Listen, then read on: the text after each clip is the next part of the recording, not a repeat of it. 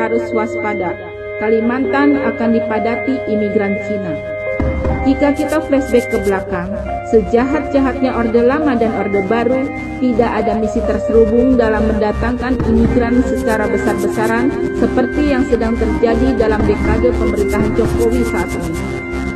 Bung Karno dan Pak Harto masih memberikan proteksi penuh terhadap pribumi.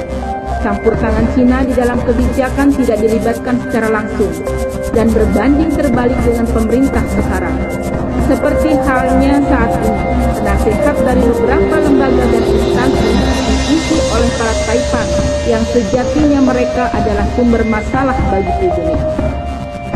Kasus-kasus besar perampokan bank dan BUMN 90% para Chinese yang dibantu oleh pejabat pengkhianat seperti kasus BNBI sampai Jiwasraya dan lain-lain. Sahabat Idafilah dan Bila, kita tidak bisa tinggal diam selamanya. Kita tidak bisa hanya berkutat pada diskusi dan perdebatan karena ancaman terhadap pribumi semakin nyata. Beredarnya banyak video sikap arogansi para Cina terhadap pribumi, baik di jalanan maupun di lingkungan pabrik, telah mengkonfirmasi keadaan bahwa mereka sudah siap head to head dengan pribumi.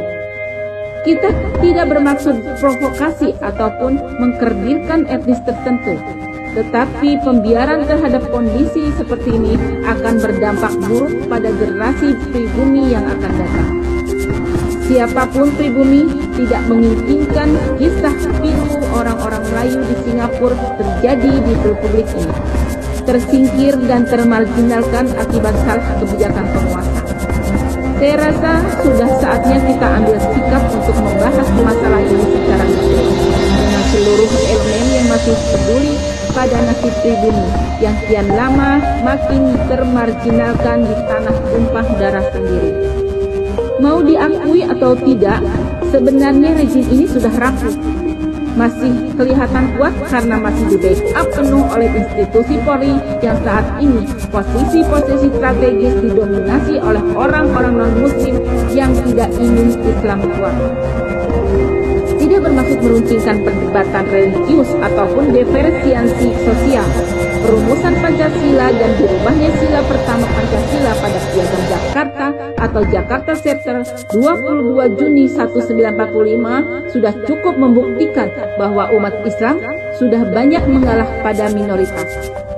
Dan saat ini, setelah semua kesalahan itu terbuka, setelah Undang-Undang Dasar 1945 yang asli diamandemen, apakah semua itu untuk rakyat?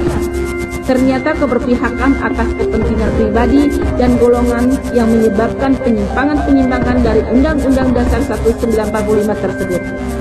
Semua institusi negara sudah melenceng dari konstitusi, melewati batas kewajaran, dan saatnya rakyat melek politik.